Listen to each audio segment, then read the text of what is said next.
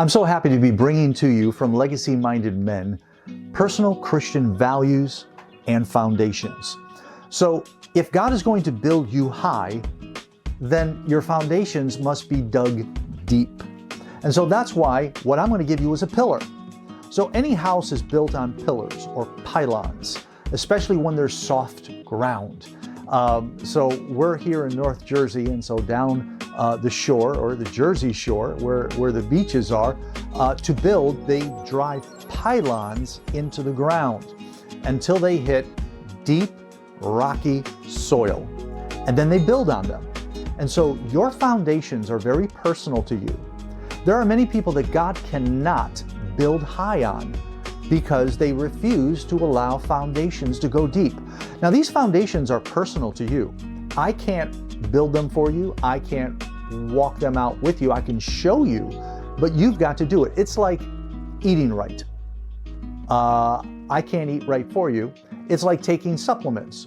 I can't do that for you, but I can tell you maybe that's important to do. So the same thing with foundations. There are things that you and I must make priority segments in the day. You know what's really cool? When you think of Elon Musk or Bill Gates or anybody else that is a great producer of things, they have 24 hours in a day just like you and I. So it's important what we do, that we're intentional. So I give you that word, building a foundation, you must be intentional. And so today, in this, I want to talk to you about purpose. First, I want to talk to you about what purpose means, and then purpose in suffering. Purpose, and then purpose in suffering. So purpose has to do with identity.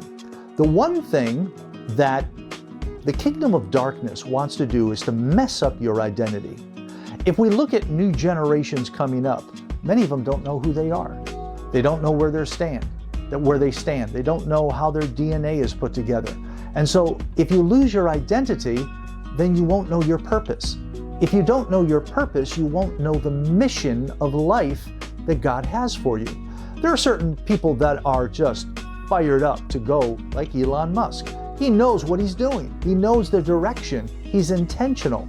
So not only does he have a purpose, he has a mission. It's a personal mission. He's doing certain things that can get him through criticism because he's on a personal mission. Same thing with, it's based out of purpose, but purpose is based out of identity. God wants to show you who you are. Do you know that you've been wonderfully made? There's no one like you and nobody can take your place. That the gifts that you have, even though they may be similar to mine, are completely different in their operation, in their works. And that's why you're so needed, yes, to be in the crowd, but also to stand alone. And so purpose, we've got to work on our purpose. And God wants to show us through identity and then purpose and eventually mission. Listen to this verse. In the book of 1 Peter, chapter 3, verse number 14, it says this: "Why would anyone harm you if you're passionate and devoted to pleasing God? But even if you happen to suffer for doing what is right, you'll have the joyful experience of the blessing of God. And don't be intimidated or terrified by those who terrify you." So there are times that believers suffer. I wish I could tell you once you come to Christ, it's beautiful. And it is. There's a beauty in it.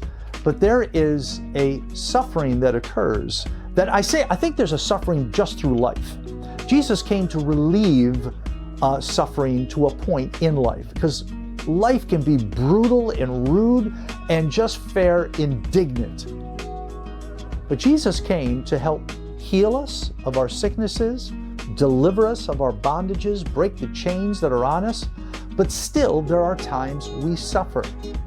When our first grandchild was born, we were so happy. But he was born with a very rare disease.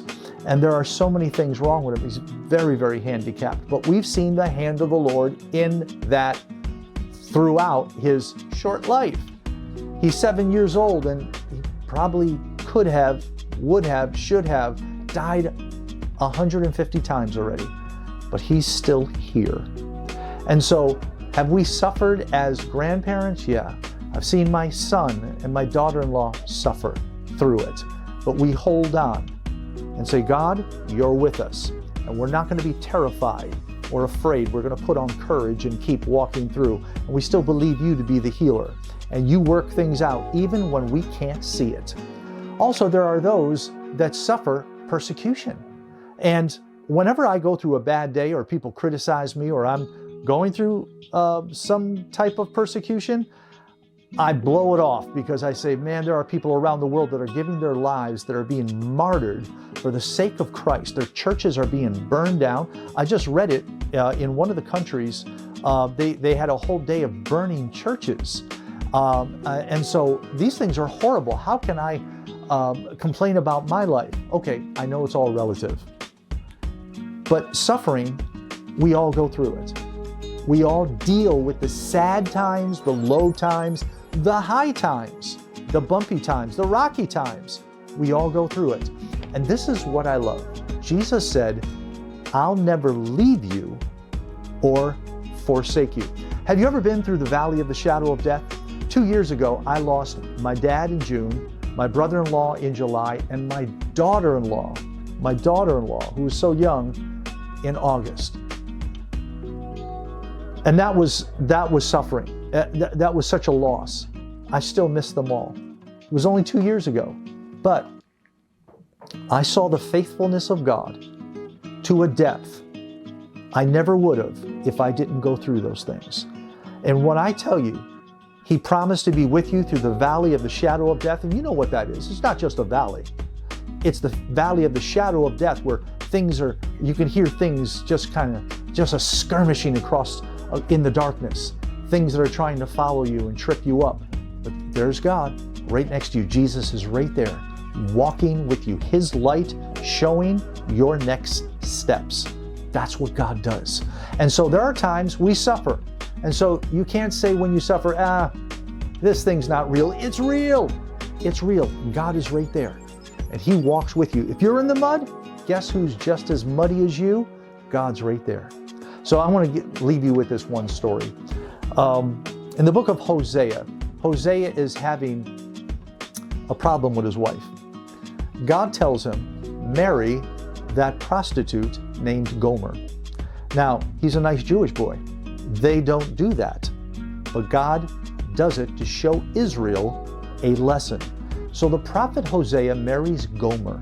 She's a prostitute. I believe she's drop dead gorgeous. She's amazing. They have one child, and Hosea says, I'm going to paraphrase. It's my son. I love him. The second baby comes. He goes, oh boy, I love this son. He's mine. I'm pretty sure he's mine. No, he's mine. He has a third son, and he goes, this isn't my child. And he confronts Gomer, and Gomer says, get lost. I don't even want to be here. And she leaves. She leaves. And he's broken. He's broken. And so I picture him in the woods sitting on a log, and he's crying. My wife left me. And he hears somebody else crying. He turns and he sees God sitting on the log too, and he's weeping. He says, God, what are you doing here? And God says, my bride left me too, meaning Israel. And there was the lesson. But the story goes on that Hosea hears about a slave trade that's happening, and he goes to it and he sees Gomer. She's beaten down, she's dirty, she's scarred up, she's lost weight, and she's on the platform being sold as a servant or a slave. And so he begins to bid for her, and everybody else says, oh my goodness, he wants her. Let's raise the bidding.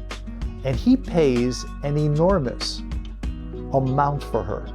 It wasn't worth it, meaning this was ridiculous.